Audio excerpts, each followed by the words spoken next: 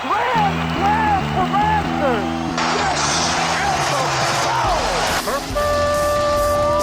It's time for Blessed to Play on EWTN Radio, uncovering the role that faith plays in the lives of sports professionals from around the country. And now, here's your host, Ron Meyer. Fire, score!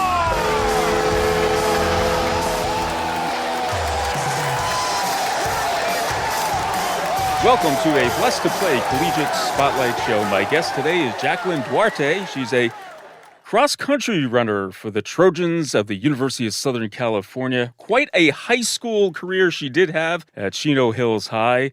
In cross-country, had a 3-mile best, and as a freshman, she won the 1,600-meter title, in the state meet. She was number 1 in California, number 5 in the U.S. among high schoolers, so quite an illustrious high school career, and she decided to go to none other than Southern California to run for the Trojans. Jacqueline, thank you so much for coming on. Thank you so much. I'm really excited.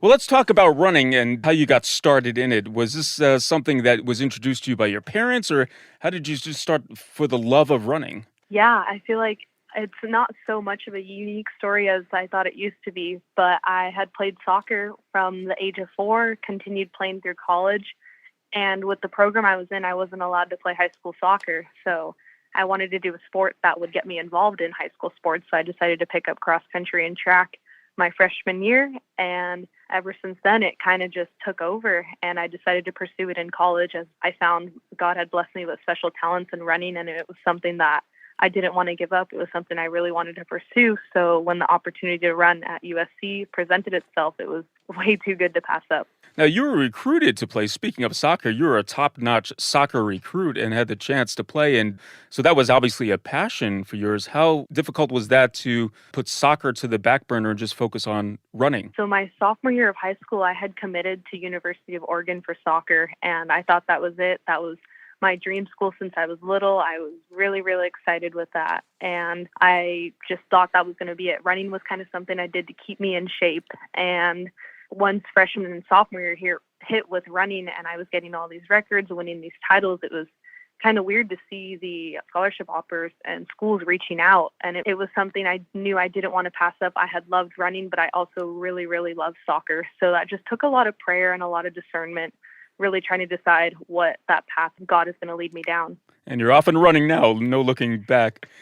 So let's talk about some of these accolades in high school first. I mean, you had really a great stellar career running in California. I mean, the 1,600-meter title, you had a new PR. You were the 1,600-meter champion. Like I mentioned, number 1 for California, number 5 in the U.S. So all these accolades, were you really committed? Did you work very hard? Or is this just a natural talent you just were born to run? Yeah, it's funny to look back at what I did to kind of prepare myself for those races. And I think I was definitely underprepared. And it was a combination of just growing up, being very athletic, kind of doing any sport that was thrown at me, and having those double days of going from cross-country practice to soccer practice, having all that fitness of running like 8 to 10 miles a day, combining both practices at a time. But in high school, I feel like my coaches never took it too seriously. Cross-country was a sport that any kid could do. Everyone would make the roster. It was meant to be fun. It was a large team sport. So I didn't do any training out of the ordinary. I kind of just did everything with my teammates. So when I had won the state title, it was a pretty big surprise to me and my family and my coaches, just because we didn't do anything special to get me to that point. It truly just was my background in soccer and having the athleticism kick in once the state meet came. Blessed to Play Ron Meyer, a collegiate spotlight show. We're featuring Jacqueline Duarte. She's a cross-country runner at USC, University of Southern California, for the Trojans in the Pac-12. Okay, so you have this stellar, like I mentioned, high school running career, and then you have to pick a college to go to, and I'm sure you were recruited heavily, and you didn't go too far. I mean, you grew up in Chino, California, Chino Hills, which just Chino Hills High School, it sounds like a great place just to train. But why did you pick USC? Yeah. So growing up in Southern California, I knew I had wanted to be close to home. I'm very close with my family. We're all very close with our extended family as well. And that was kind of something to keep in the back of my mind. If I were to go across the country, I knew I wouldn't be able to see my family as much. They probably wouldn't be able to come see my races. So Southern California, I knew was on my mind, but as far as USC, that was something within my dreams.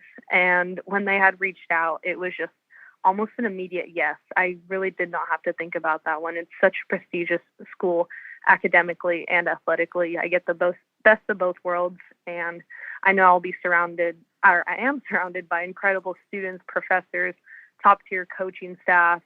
Everyone here is just super driven, super passionate about what they do, and I felt it was the best fit for me. Well, I like to say adversity and being a lead athlete go hand in hand, and how you handle that adversity is going to determine the level of success you have as an elite athlete. And adversity reared its ugly head with you as well, Jacqueline. In fact, in high school, you had an injury that not only sidelined you during high school, but also you had to be a redshirt in both cross country and track and field when you went to USC. So talk about the injury, overcoming that injury, and now performing at an elite level once again. Mm-hmm. So in high school, I had torn my ACL in soccer, and this was prior to my commitment to USC, but it was after my biggest accolade of winning the state championship. And I knew I was going to be out for a while. That kind of injury, you just know the timeline is about a year of not really being able to do much. So I took that time off, got the recovery needed, and I had come back to running for maybe a couple months. And I then sustained another injury to my back where I had to get back surgery. And that surgery took me out all of my freshman year of college, which was really tough just because I'm entering college. I kind of wanted to show what I had to bring to the table, and being injured didn't allow me to do that. So it was definitely a big process of patience and just really trusting the process, trusting God's plan that I'd be back out there eventually like I am today. Yeah, and you mentioned trusting God's plan because during that time, you couldn't be at your best and you had to trust the people who were put in your life to rehabilitate you. But talk about the rehabilitation process and some of the frustration even going through that. Yeah, when I had sustained my ACL injury, I believe we were only a week away from our regional championships. And that season we had been ranked 4th, which was the highest in any other year. So I was really disappointed that I wasn't going to be able to help contribute to my team to possibly make it to the state championship. So that was a really frustrating moment, knowing that I physically could not run. There wasn't anything I could do to get back out there.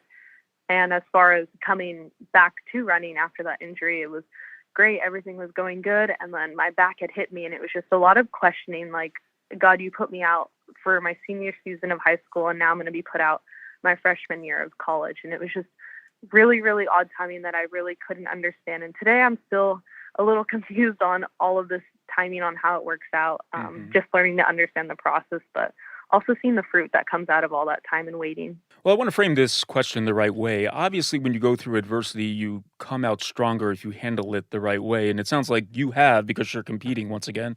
We're going to talk about that, but talk about the tangible effects of going through the adversity and now that you're on the other end of it, competing once again. Mm-hmm. I think to be able to appreciate your sport, you're going to have to go through a time where you're maybe not allowed to play it.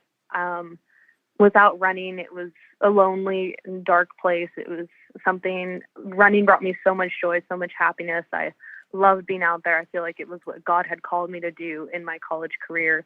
And it was just really odd that he didn't want me to do it for that period of time. So watching all my teammates do everything they can to get better, especially in college where it's really, really competitive, was so hard to sit back for a year and kind of just see everyone get better while I'm there sitting around, not really allowed to do much, being that my back didn't allow me to have much mobility to do core or cross training. So yeah, sitting off took definitely a toll on me, but I like to consider myself overly optimistic. So I would do anything to stay involved with the team, whether it was helping time my teammates, helping cheer them on at races, just making sure I was involved in anything and everything I could be in. Oh, awesome. You sound like a great teammate. Blessed to play Ron Meyer, chatting today with Jacqueline Duarte. And once again, she's a runner for the University of Southern California, the Trojans, cross country. And if I could strike up the Chariots of Fire theme song right now, I would. But you're back to running, and you just completed, I should say, the 2023 competitive season in cross country.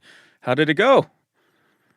Yeah, this season was really exciting. I love cross country. I do have a little bit of favor over it rather than track, just because there's so many girls in a race and different terrain, longer races. I find it really, really fun. The season didn't go the best for our team, but We are a very young squad. At our championship race, it was all underclassmen, actually. So it's really exciting that we're going to be able to have everyone back in the following year to hopefully have a lot of growth within this next year. But it was definitely a season of gratitude after that past year of just sitting and watching my teammates do so well, and then finally being able to be out there on that championship team was such a special moment for me. Well, let's talk about the Pac-12 championship race, or the team too. So you're lined up I'm just putting this in my head now. There's a runner from UCLA, Oregon State, Washington State.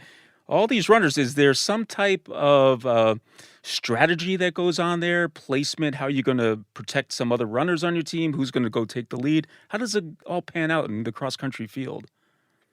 Yeah, I would say with our team, a lot of our runners are within a close range of time. So ideally, if we can, the goal is to stick together throughout the race. And I definitely remember running with three other teammates during the race, which was a special moment because we had been training so much in practice together, and to kind of execute that in the race, running together, running stride for stride with your teammate is really important. Just knowing that someone's there to help push you, help pace you, and get you along through that race. Now, we've seen lately, and with the NCAA Women's Championship, a little bit of trash talking, gamesmanship, if you will, that goes on the basketball court. But how about on the cross-country track? Any of that shenanigans going on? Not that I'm aware of. I feel like runners are a different breed of athlete. Everyone's going through so much pain in a race. And yes, the start line can be aggressive.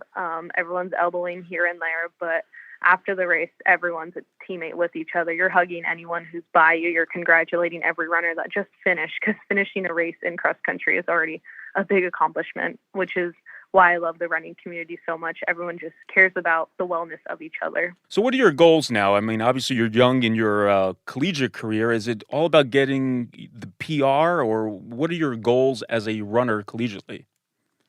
Absolutely. Right now, I had my first track meet back since high school, and it's been off to a really good start. My goal would definitely to be back where I was in high school, get those times, and obviously get faster along the way. By the time my senior year comes, I feel like I still have enough time, but if I can get in the low 420s for the 1500, that would ideally be the goal. And just representing the distance squad at USC, I feel like is a goal for all of me and my teammates. We really want to put distance out there and show them that USC isn't just a sprint dominant team. We want to show them that we are recruited for a reason, and we're here to help earn points at these bigger meets. And is that school in Westwood, UCLA Bruins, still are they the ones that you go after during every meet?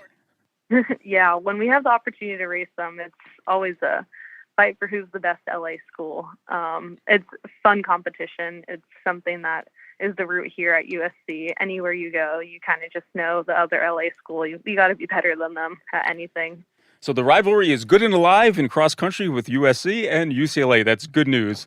All right, let's take a break. On the other side, we'll continue our discussion with Jacqueline Duarte. She's a runner for the USC Trojans right there in Southern California when Blessed to Play returns after this.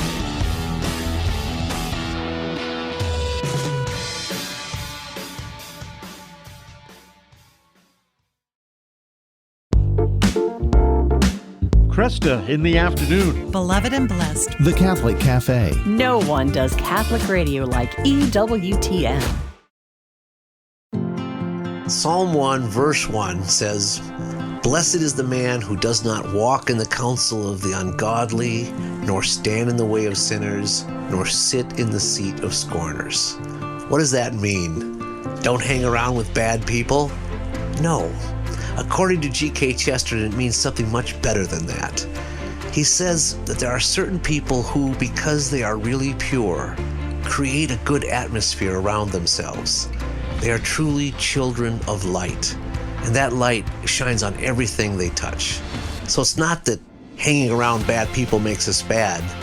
It's that being righteous can help make the people around us righteous too. Spend more time with the Apostle of Common Sense. Visit chesterton.org for more information, and go to EWTNRC.com to discover more books and programs written and inspired by G.K. Chesterton. EWTN. Live truth. Live Catholic. Welcome back to Blessed to Play. And now, here's your host, Ron Meyer.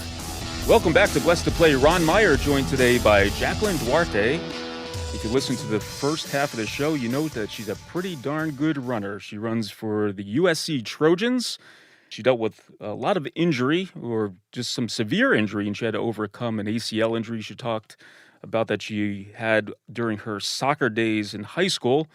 But now she's back to running, and she's enjoying being a runner. And I know, Jacqueline, you have to recognize that running is a gift from God. You have to put in the time, the work ethic, but you have this natural talent, and you must be so appreciative that God has given you that.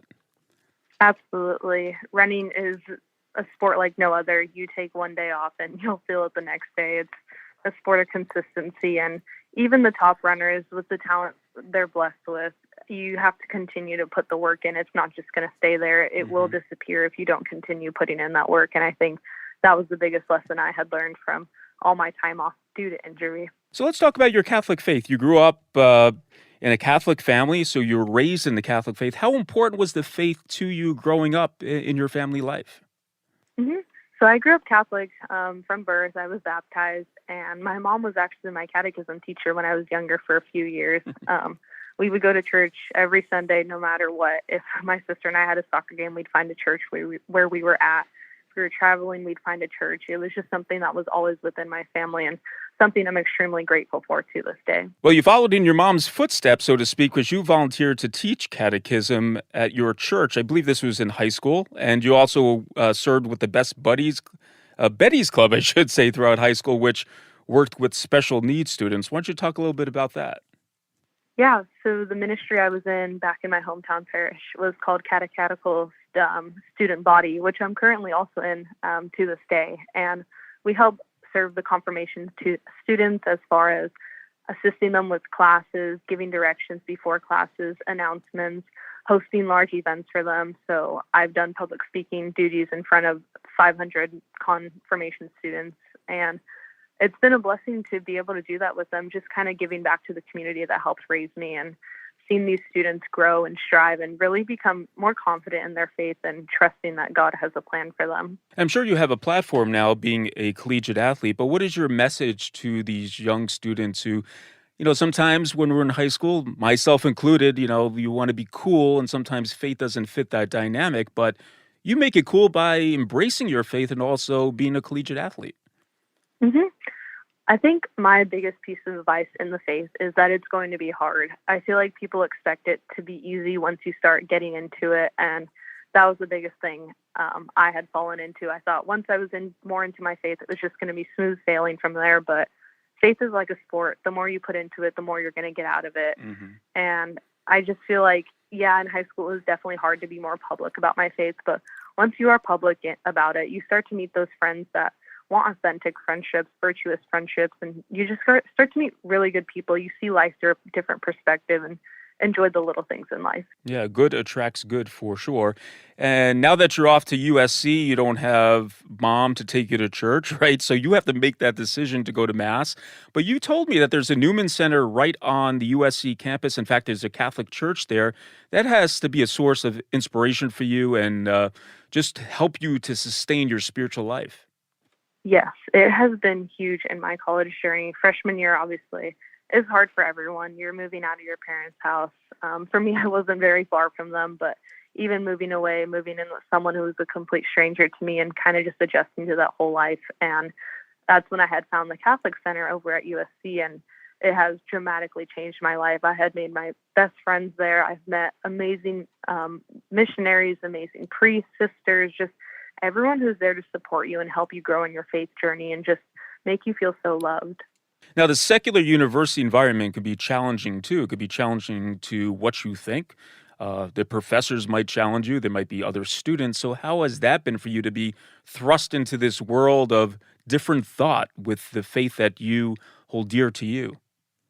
Absolutely. I think the biggest shocker for me was hearing certain things about my faith being talked about in class, and just it being put down, which was something I had never really experienced in high school. I feel like we were a little bit more protected there, but once you hit college, anything can kind of be said. And with my faith, it was something that was hard to hear these professors talk about. It was frustrating at times because I knew if I said something, it could possibly affect the way they look at me and potentially affect the way that they grade my papers, as hard as that may seem.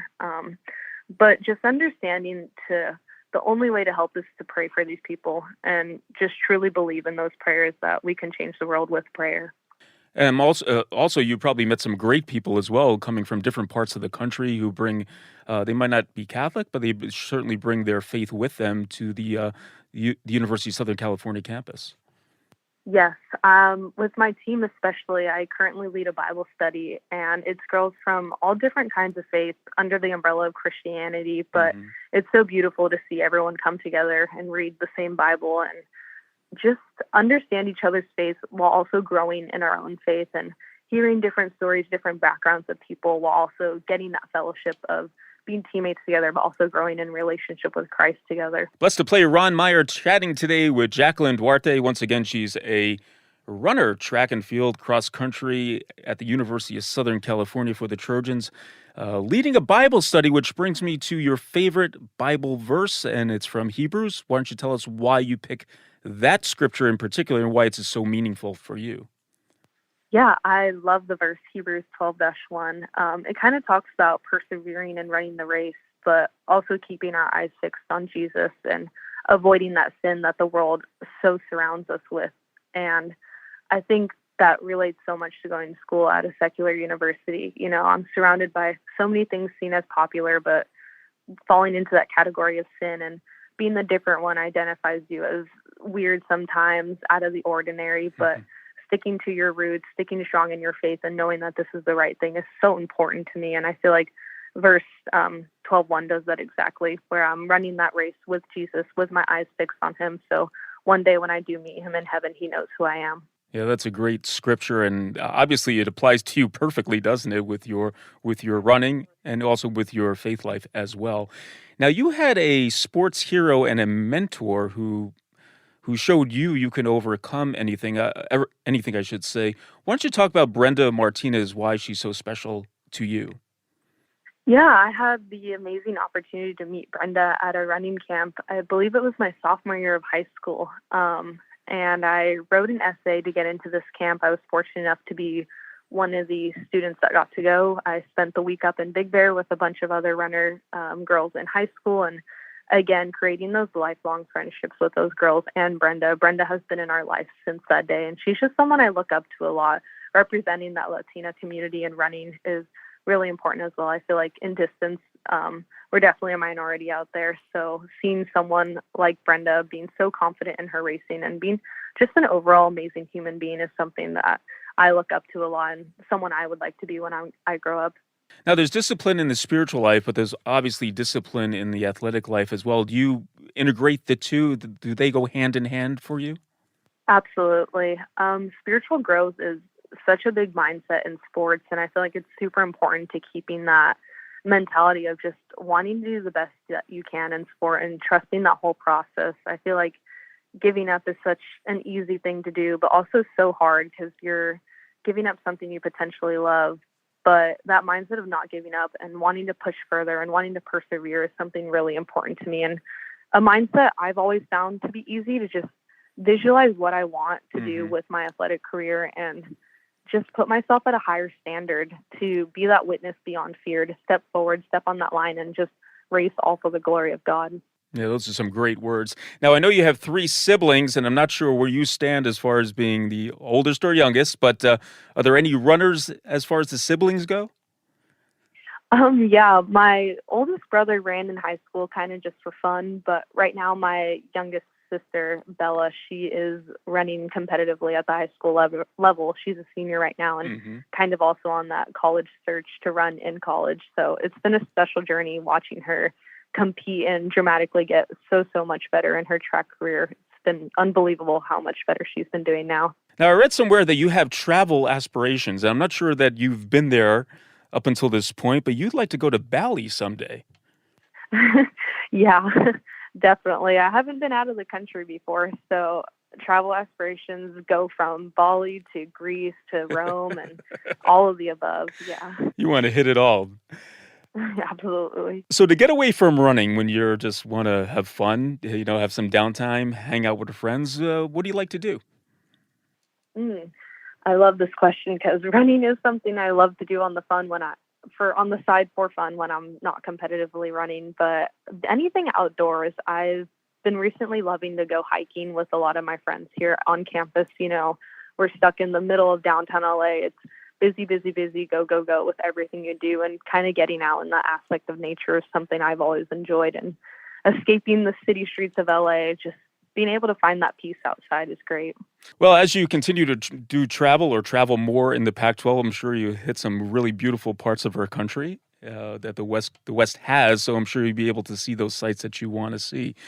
So going forward now, continuing on with your athletic career and also your faith life as well, how about occupationally? What do you hope to be when you leave USC? Yeah, this question still is on my mind. I'm kind of trying to figure everything out, but currently I'm majoring in communication, and I feel like it's a very broad major, something I can mess around with a little bit, toggle between different careers.